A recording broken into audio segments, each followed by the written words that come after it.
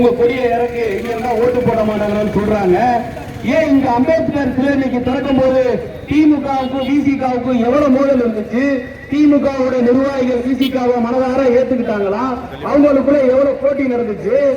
அந்த அதே விசிகா இன்னைக்கு கண்டிச்சு திமுக கண்டிச்சு அன்னைக்கே வந்து 50 CM வரும்போது பேசினாங்க. உதயநிதி வரும்போது அவர் மீதெல்லாம் நீங்க வழக்கு பதிவு பண்ணிருக்கீங்களா? காவல்துறை சிந்திக்கணும். இந்த பக்கத்துல இருக்கிற கோண்டார் கோயில் ஒன்றியத்துல எங்க ஒன்றியல் தலைவர் மேல மது போதையில பிளாக்ல சரக்கு இருக்கிற வாங்கிட்டு வந்து சரக்கு குடிச்சிட்டு எங்க ஒன்றிய தலைவர் அங்க உள்ள நிர்வாகி வந்து தாக்குறான். அங்க உள்ள திமுகவோட அழுத்தத்தின் பேர்ல யாராவது என்னால பேர் சொல்ல முடியும்? திமுக அழுத்தத்தின் மேல கவுண்டர் பெட்டிஷன் கொடுத்து அவர் மேலே நீங்க வழக்கு பதிவு பண்றீங்க. இங்க உள்ள நீங்க காவல்துறை யாரு பேச நீங்க எல்லாம் கேக்குறீங்கன்னா காவல்துறையில ஒட்டுமொத்த இன்னைக்கு உள்ள கலெக்டர் எஸ்பியும் நான் நேரடியா சொல்றேன். இங்க உள்ள மாவட்ட செயலாளர் செல்லப்பாண்டி பேச கேட்டுட்டு நீங்க எல்லாமே நடக்கிறீங்க. என்னென்ன விஷயம் அவர் பேச கேட்டு பண்ணி கொடுத்துருக்கீங்க, பண்ணி கொடுத்துக்கிட்டு இருக்கீங்க. நாளைக்கு என்ன விஷயம் அவருக்காண்டி பண்ண போறீங்க எல்லா புள்ளி விவரமும் என்கிட்ட இருக்கு. ஒரு விஷயம் காவல்துறை நல்லா தெரிஞ்சுக்கணும்.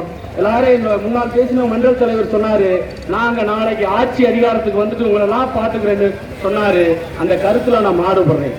இன்னைக்கே நாங்க அதிகாரத்துல இருக்கோங்கிறத காவல்துறை தெரிஞ்சுக்கணும். இன்னைக்கு 20 ஸ்டேட்டுக்கு மேல நாங்க ஆட்சியில இருக்கிறோம். சரிங்களா? இன்னைக்கு எல்லாரோட கண்ட்ரோல் எங்க இருக்குங்கிறது உங்களுக்கு தெரியும். திமுக மந்திரியே இன்னைக்கு நடுங்கி கொண்டிருக்கான்.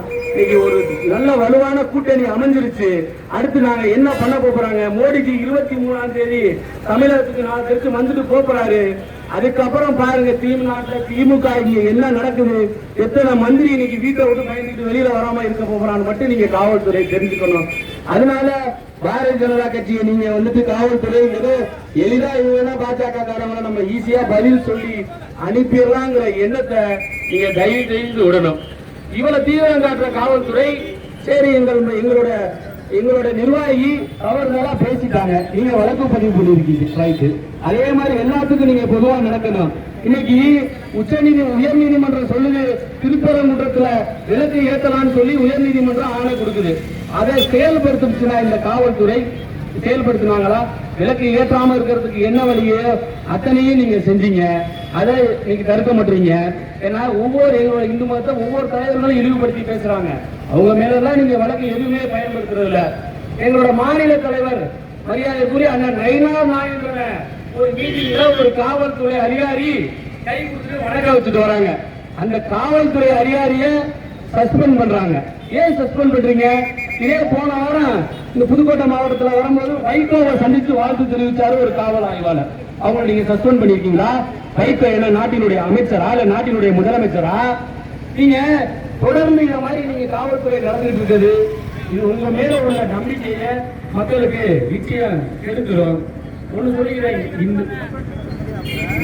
தொடர்ந்து காவல்துறை பாரதிய ஜனதா கட்சி நிர்வாகிகள் மீது இனிமேல் பொய் வழக்கு பதிவதை நீங்கள் நிறுத்திக் கொள்ள வேண்டும். நாங்க ஓரமா நின்று பேசிக்கிட்டு இருக்கோம். ஒண்ணு நல்லா தெரிஞ்சுக்கணும், காவல்துறை உளவுத்துறை அதிகாரிகள் ஒண்ணு தெரிஞ்சுக்கணும். எங்களுக்கும் இந்த நிர்வாகத்தை எப்படி சம்பிக்க வைக்க தெரியுது எங்களுக்கு தெரியும்.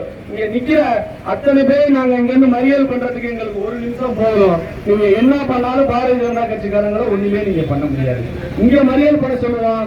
இங்க மறியல் பண்ண நீங்க நடவடிக்கை எடுத்து தமிழ்நாடு முழுவதும் நாங்க மறியல் பண்ண சொல்லுற அளவுக்கு நாளைக்கு இந்த அமைதியுமே பாரதிய ஜனதா கட்சி மேல இனியாவது இந்த புதுக்கோட்டை மாவட்டத்தில் ஒரு பொய் வழக்கு நீங்கள் பதிவு செய்யும் என்று சொன்னால் புதுக்கோட்டை மாவட்டத்தில் இருக்கிற ஒவ்வொரு கிராமத்தோடும் நாங்கள் ஆர்ப்பாட்டம் பண்ணக்கூடிய அளவுக்கு பாரதிய ஜனதா கட்சி இங்க வலிமையா இருக்கு.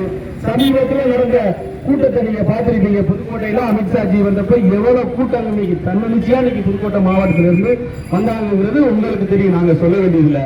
அதனால பொய் வழக்கு பதியணும், பாரதிய ஜனதா கட்சியாரை துன்புறுத்தணும், பாரதிய ஜனதா கட்சியாரை மிரட்டணும். திமுக மந்திரி சொல்றான், மாவட்ட செயலாளர் சொல்றாரு, நீங்க செஞ்சீங்கன்னா உங்களுக்கு அது உங்க பதவிக்கு அழகானதா இருக்காது. நியாயமா நடங்க. மாவட்ட செயலாளர் சொன்னாலும் மந்திரி சொன்னாலும் அவங்க ஒரு பெட்டிஷன் கொடுத்திருக்காங்க. அவங்க கொடுத்துருக்க பெட்டிஷனுக்கு நாங்க நடவடிக்கை எடுக்கல, நீங்க கொடுத்த பெட்டிஷனுக்கு நாங்க நடவடிக்கை எடுத்து சொன்னோம்னா நாளைக்கு எங்களை மைக் போட்டு பேசுவாங்க, எங்க மேல நாளைக்கு வளர்த்து கொடுவாங்கிறத நீங்க பேசுனீங்க.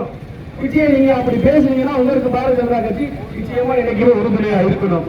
இனிமேல் இது போன்ற சம்பவம் இந்த மாவட்டத்தில் நடைபெறக்கூடாது. மீறி நடைபெற்ற என்று சொன்னால் இங்கு நடக்கக்கூடிய சட்ட ஒழுங்கு பிரச்சனைக்கு இந்த மாவட்டத்தினுடைய காவல் கண்காணிப்பாளரை பொறுப்பேற்க வேண்டும்.